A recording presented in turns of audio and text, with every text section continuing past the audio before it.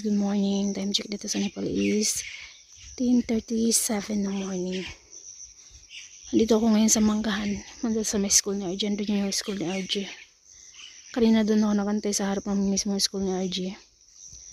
Yun, ano lang ako, nag-stay lang ako ng mga 1 minutes. Tapos nakita niya kasi ako. Nakita ako ni RJ. Kasi narinig ko yung boses niya na nasa labas umiiyak. So, sinilip ko siya. Yung pagkasilip ko sa kanya, sakto nagkatinginan kami. Kaya sabi ko, siningasan ko siya na tumahimik lang siya kasi andito lang ako. Wag na siya kako umiyak. Tapos hindi pa rin talaga siya nag-ano guys. Talagang nag-ano siya, nagsuot siya na slipper niya. Tapos tumakbo siya dito sa may gate. Tapos sabi niya sa akin, Mami, halika dito ka sa akin. Dito ka sa loob. Ganun ba? So, kaya ang ginawa ko dito na lamang ako sa may Manggahan nag-stay. Baga si RJ binuhat lang nung auntie na nagmasad sa akin. Dati nung maliit pa si RJ. Kasi yan tagalinis sa school.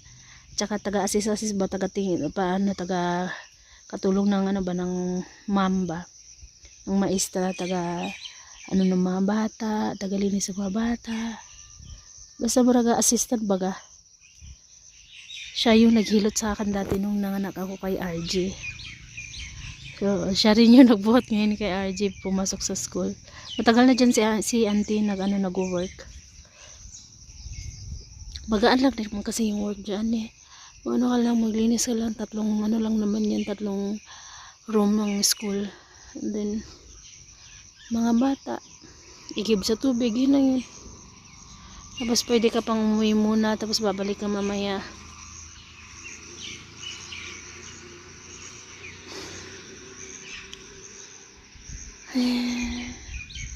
Ang aga-aga pa, pero sobrang init, grabe. So, yan. Nandito tayo. Pero habang alam nyo ba, habang nakatambay ako dito, yung mata ko rin panitingin dyan sa palibot ko, tsaka lalo na dito banda, kasi masulok, baka may ahas.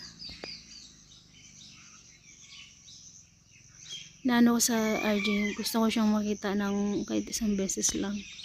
Baka lalabas siya na ganun ulit ba na iiyak ulit. Pero feeling ko hindi naman na siya umiyak kasi tahimik naman na yung school. Halos lahat yung mga bata dito guys is inuubo. So uwi na siguro ako guys.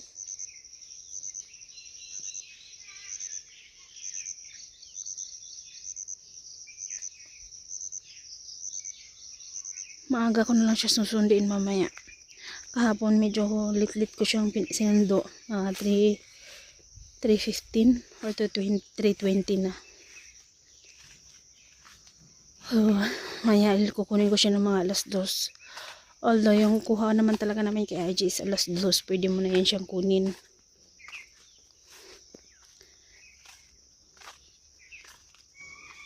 So may aga-agahan ko yung pagsundo sa kanya para makapagpahinga rin naman siya.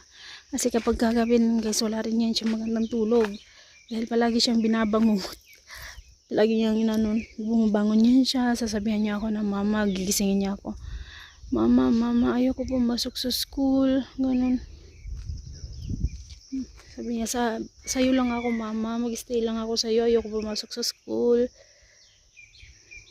Kawawa yung bata. Naawa ako pero ano talaga, kailangan niya pa rin pumasok sa school guys. Kasi nga gaya nga nasabi ko dati, maganda yung sulat kamay niya. Sayang kung hinto ko siya.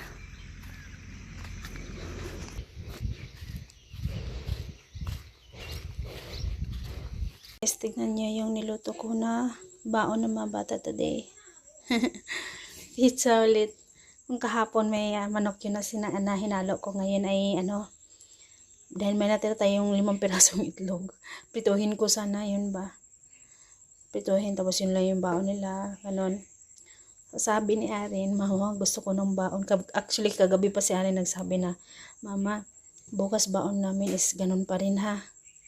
Pero sabi ko, wala nang manok.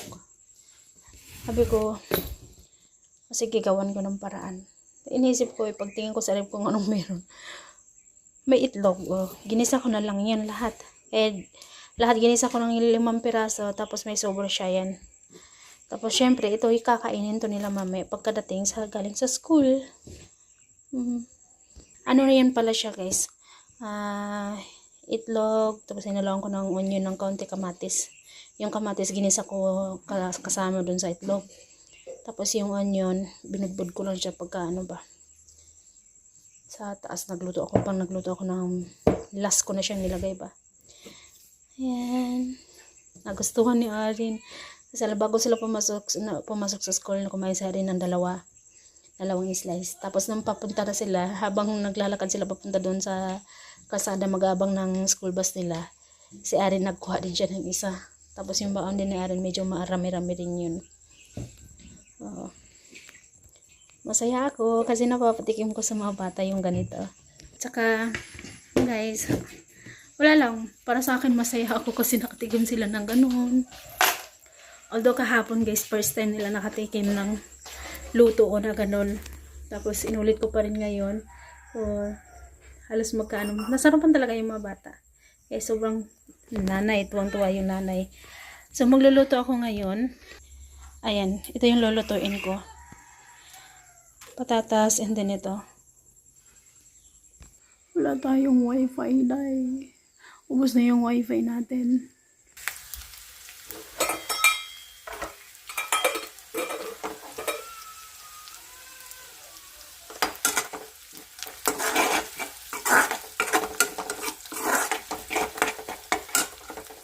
Ganito yung luto dito guys. Patatas. 2 piraso lang itong patatas. Nilit-lit ko lang yung pagka-slice niya. Pagsabay ko na to sila. Ayan.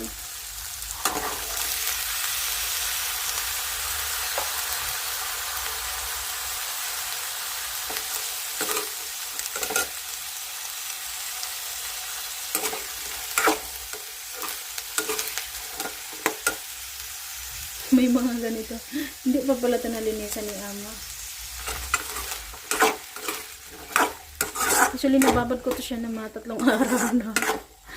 Pinapalit-palitan ko lang yung tubig. Hindi ako kumakain nito guys. Hindi ako mahilig sa yung ganito. Ayan. Lalo na sa patatas. Kung kumakain man ako ng yung dry radish with patatas. Ano lang yung kinakain ko, sabaw. Tapos ilang piraso lang ng patatas yung kinakain ko. Kasi hindi ako mahilig.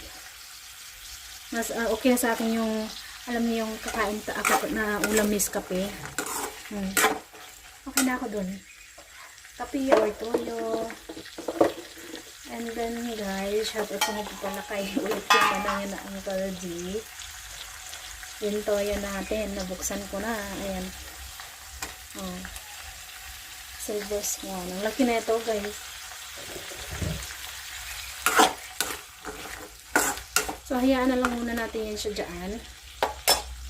Takpan ko na lamang muna. Ito na yung takpan niya. Ito pala yan.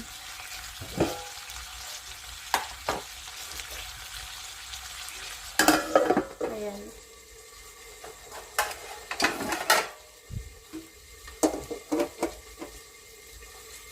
Then, dito naman tayo sa pagkuhugas ng plato guys. Yung gamit ko kanina nung pinaglutuan ko.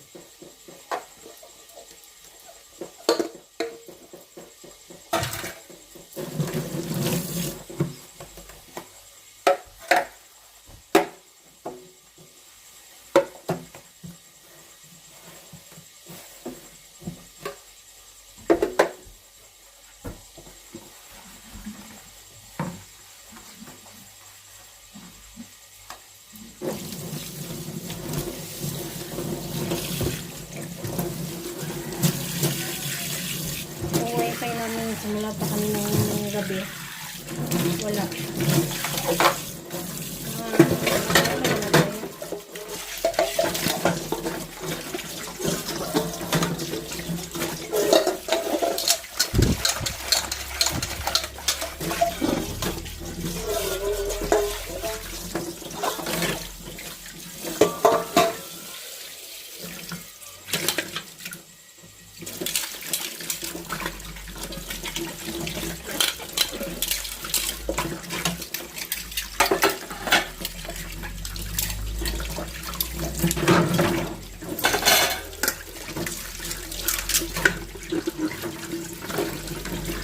Grabe yung init dito sa amin. Kahapon 33 degrees kami.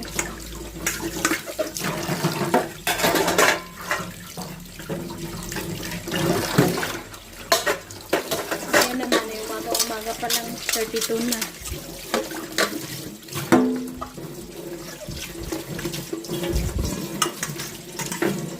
Kaya may mga ganito yung plato kasi ilhanan yan.